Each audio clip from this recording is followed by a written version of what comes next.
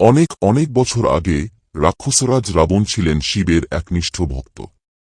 তিনি চেয়েছিলেন মহাদেব যেন লঙ্কায় গিয়ে তাঁর নিজের হাতে স্থাপিত হন।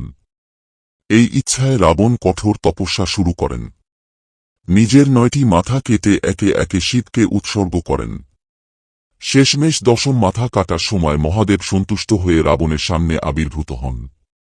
শিব রাবণকে বর দেন, তিনি রাবণের সাথে লঙ্কায় যাবেন, তবে একটি শর্তে। শর্ত ছিল, রাবণকে পথিমধ্যে কোথাও শিবলিঙ্গ মাটিতে রাখতে হবে না। যদি একবার মাটিতে রাখা হয়, তাহলে সেটি যেখানে পড়বে সেখানেই চিরস্থায়ী হয়ে যাবে। রাবণ শিবলিঙ্গ নিয়ে চলতে থাকেন। কিন্তু দেবতারা রাবণের উদ্দেশ্য বানচাল করতে কৌশল করেন। বিশেষভাবে বিষ্ণু নির্দেশ দেন, যাতে রাবণকে বাথরুমের চাপ অনুভূত হয়। অসহনীয় হয়ে উঠলে রাবণ একজন রাখাল ছেলের, আসলে বিষ্ণুর ছদ্মরূপ, কাছে অনুরোধ করেন কিছুক্ষণ শিবলিঙ্গটি ধরে রাখতে। কিন্তু রাখাল বেশিক্ষণ অপেক্ষা না করে শিবলিঙ্গ মাটিতে রেখে দেয়। ফলে মহাদেব ওই স্থানে চিরস্থায়ী হন।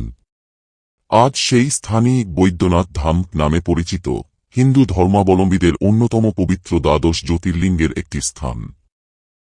বিশ্বাস করা হয়, এখানে ভগবান শিব আজও ভক্তদের মনোবাঞ্ছা পূর্ণ করেন। যেখানে ভক্তির জোরে মহাদেব স্থায়ী হয়েছেন, সেটাই বৈদ্যনাথ ধাম।